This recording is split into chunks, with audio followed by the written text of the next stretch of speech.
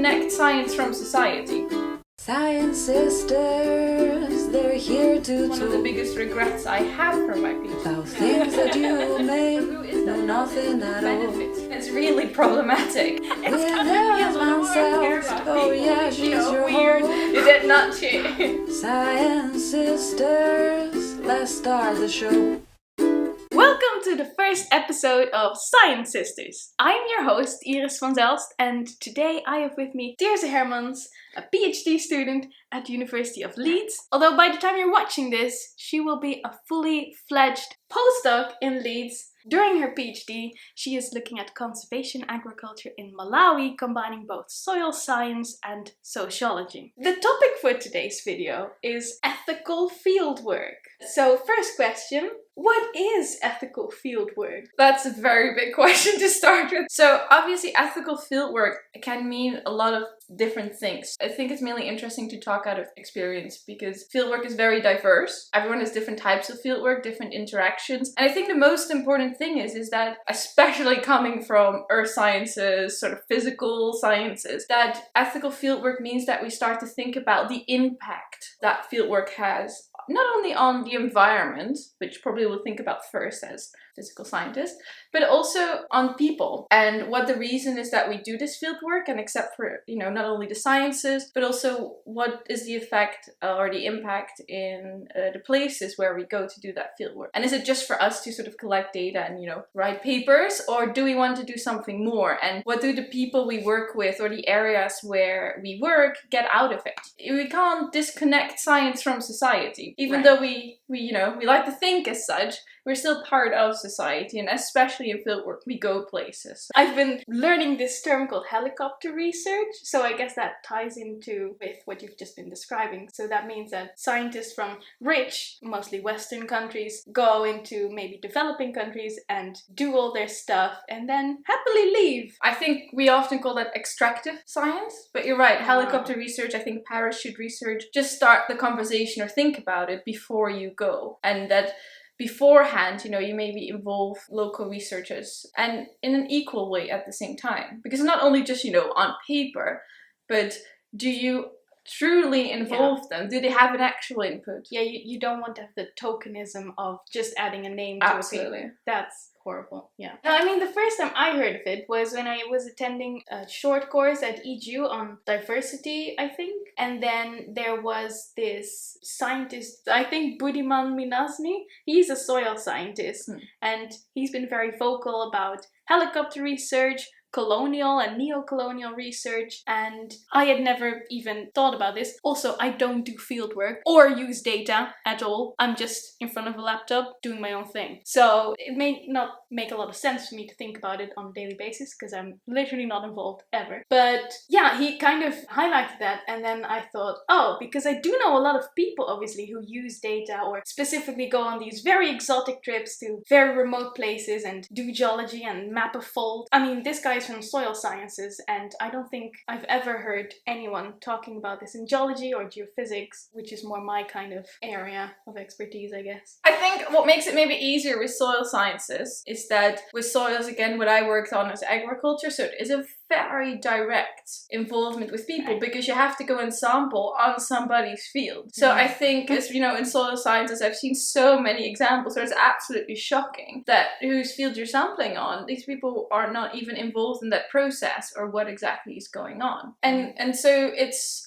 partly about involving scientists from countries, or especially non-Western countries. The other dimension, I guess, is more stakeholders that are non-academic, that are still partly involved in what is going on, what is coming back, what is not coming back, especially with plant sciences. I've seen this a couple of times where it's a little bit more intrusive when you do plant sampling because you can't always give it back. So what would you mean by giving back? You have to take samples of plants. The plant doesn't always survive that. So that was a particular sample I meant. What I meant in other terms in giving back is, for example, the results of soil. So soil health, soil quality. So also that data and where that data ends up and who was involved in that. They can then further use that for their own. Yeah, and there's also a relationship you build with people that you do the work, right? So, it gets some. It's not that extraction, which has been so popular in natural sciences, where you fly in, you grab something, and you're out, and you do your thing in your lab, but nobody else understood what happened there.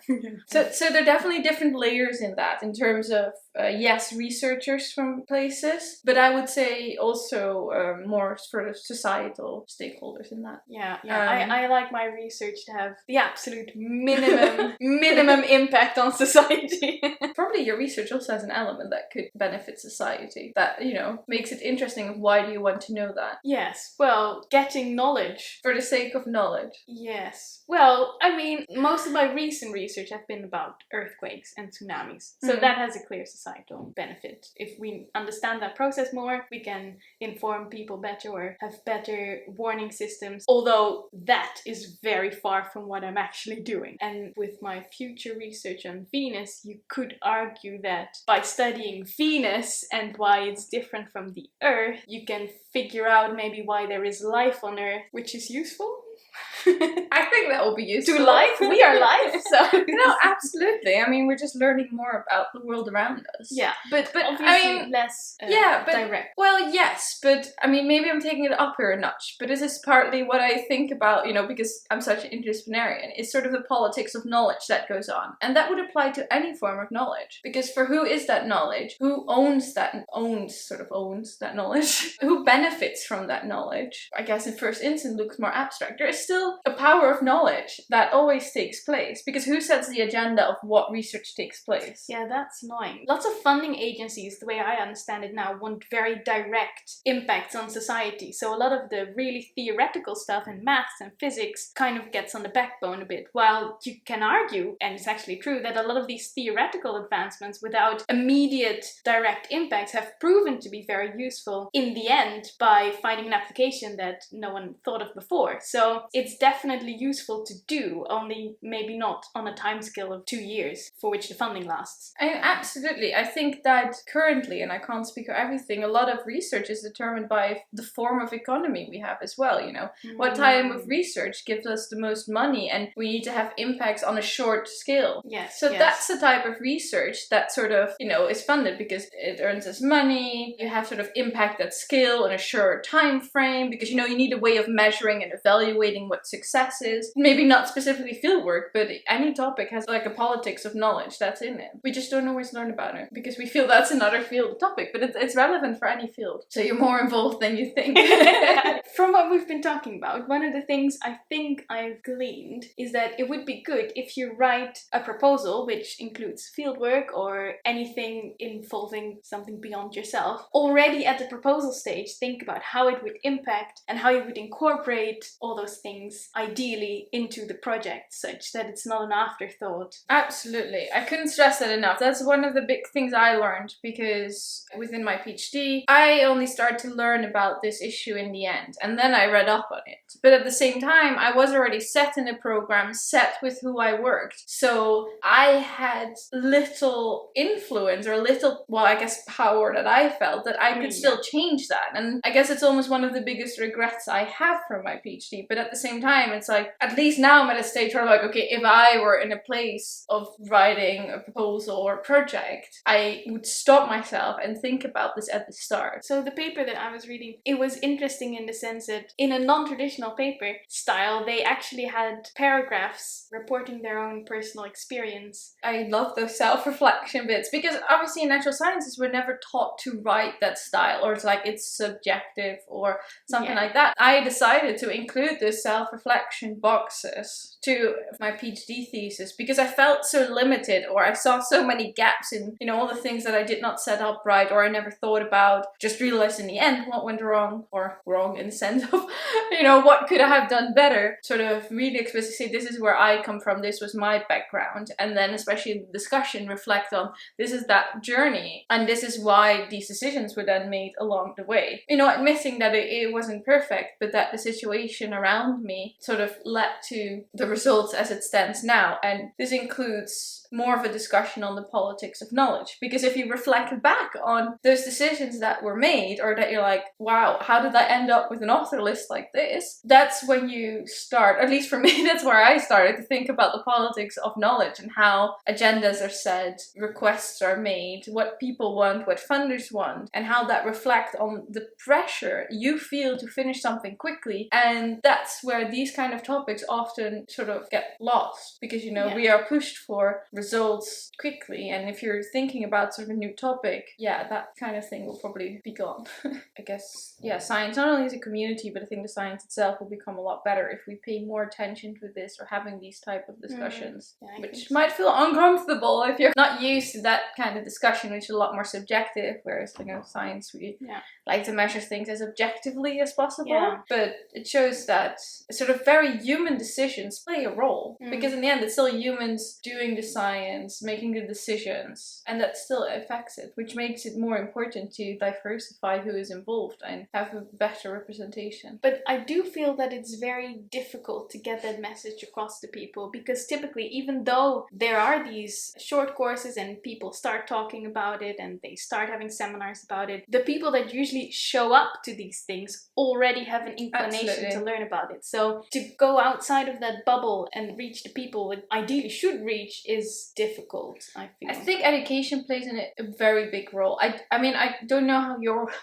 education was in terms of master's degree or bachelor's degree. So if I don't know if there was a philosophy of science or something, but similarly or something like that, I think there is a role that we need to include that type of discussion, because then really at the basis, we start to realize that this discussion is relevant and is important to have in natural sciences as well. In my education, it wasn't compulsory. I did follow, because I liked it, the history of mathematics and the history of quantum physics. So there was also a lot of philosophy involved. And I think only towards the later stage of my studies, when there were a lot of scandals in the Netherlands concerning plagiarism and stuff, they realized, maybe we should explicitly mention this to our students. We just have to see that it is inherent as sciences, because let's say a human face of sciences. I like this because I took those courses in maths and physics, one because I liked them, but also because I didn't want to do fieldwork explicitly. So they were like, that's fine, you just need to do high level courses within the actual maths and physics department. But it always felt a bit like a cop-out for doing the history and philosophy courses, even though it was very sciencey. Like, we had to do the equations, we had to understand what we were talking about, and it always felt a bit like maybe I've cheated there in my education. That's absolutely the stigma that it is right now, and it's really problematic. I mean, as an interdisciplinarian, in the science conferences, I definitely always feel like people look at me like, you know, you talk to people, you care about these things, and I really care about people. You know, weird. Oh, so not only science, but you also care about people. In the end, we're all humans, and I think it's a challenge, a task, a necessity, a requirement that all of us have. We can't always separate the science and the humans, and I think the science will come better for it, but there's a bit of a stigma problem there, so I don't think it was a cop-out. You did not cheat. Maybe we just can normalize the discussion, including that as a standard in education, because you're absolutely right. When you look at, you know, where this is organized as optional seminars or things you go to, the people that will go will mainly not be interested. So having that at the coffee table in education where it's mandatory, and I think, you know, once that generation passed, maybe it's more normal. I have unfortunately not the perfect answer. I just try to bring it up, and I will admit sometimes that is slightly awkward. When it's me, and like, I've had so often that it was just me and geoscientists and then starting about that. But then at the same time, it's sometimes awkward, but it's also been really entertaining to see people think. And I definitely have seen people that we had this discussion and they were suddenly so interested, and that has also been great to see, because then I spoke with them again, I think after fieldwork a year later, and it was really interesting. Trial and error. And no perfect solutions, just go, try your best. And for me, the most important what I try, because again, my PhD is far, far from perfect. Everyone's PhD is far from perfect. And I probably make a lot more mistakes, but what I've learned did open my mind. It's so important to keep that open mind, and I hope at least learning that also enables myself, I hope other people as well, to take more other things on board. If that's disciplines, if that's other people's experiences, other people's backgrounds. And that's been really one of the things I want to further develop into. How do you work and how do you do that in a good way, or at least in the best way you can? And learning from other people, because I mean there's so much out there already. And now this is out there. And now this is out there. Terrifying. Yeah. But you know, that's the idea of this whole thing. We spread the word to all my 148 subscribers. Hey, you know, the conversations I've had with people about this have been often one-on-one, so it's one person or more. It's, you know, or, you know, even if somebody has ideas about this, or that's what conversations are about, right? So I would be very interested, I don't know if anyone is watching who is doing that, but coming from geology and geophysics, where there traditionally is a lot of fieldwork involved as well, how their experience are regarding this, and if you've ever actually thought about this. I hadn't. So what always intrigues me a lot with geology, fieldwork, or I don't know, that kind of thing, is because I had to deal with a lot of permits, which, you know, makes sense. I wondered always how that in geology works, but I guess sometimes it's less directly human involved, but there's still sort of, you know, acknowledging whose land that is. And that's a bureaucracy. I know as scientists we hate bureaucracy, but there is also reason for bureaucracy, you know, to avoid the bad histories that we've had of the science and the extractive science we have had. So not that I'm promoting bureaucracy here, but I think it's worth a thought that it's also there for a reason. Yeah, I don't know how that works with permits, because again, my fieldwork experience is very limited. I guess maybe it also makes a difference whether you go somewhere and just map it. So you just go and measure things, but you're not actually taking samples. Yeah. But then there's also fields or branches of geology where you explicitly take rocks or whatever. Yeah. So maybe there's a difference there. I don't know. Geologists, tell me. Comment. Yeah, so I guess for physical it makes sometimes a little bit easier. But yeah, obviously there's also just the element of what I guess we talked about before about knowledge and who owns that, which is not always a physical piece of sample. This is completely outside of the scope of this conversation, but this is also the thing with patents. Oh yeah, right? absolutely. Which is, again, something I know nothing about. It's weird that exists, right? Also now with this there's a vaccination. I knew I was thinking about that. I was like, it's not relevant. But it is. Well, it might not be relevant, but at the same time, it's a prime example of how if you have a lot of money, you know, who sets the agenda, and then they can patent the knowledge, and so who gets the benefit from that knowledge? And cuts to completely different lighting and different positions. Well, that's a good way to it started with ethical fieldwork, and then I think we've talked about everything. Well, that only shows how important it is. Right. And how many things are connected. Everything is connected. So, Thirze, thank you so much for being here. And thank you for watching all the way to this point. I think you should reward me by liking and subscribing. Click below. Honestly, do, because I'll put link to Thirze. Do you have a link? Oh, I have a Leeds page, which I need to update. She will update it. And then there's also some of the papers that we discussed. Think a bit about your own research, science. Maybe you're not in science at all, in which case, hi. So I will see you in the next episode of Science Sisters very soon. And until then, bye! Maybe the video is 10 minutes long. Maybe it's an hour and a half. I don't know. It's gonna be a lot of work. It feels so unnatural to speak in English to you. I don't think I've ever filmed with someone else just looking at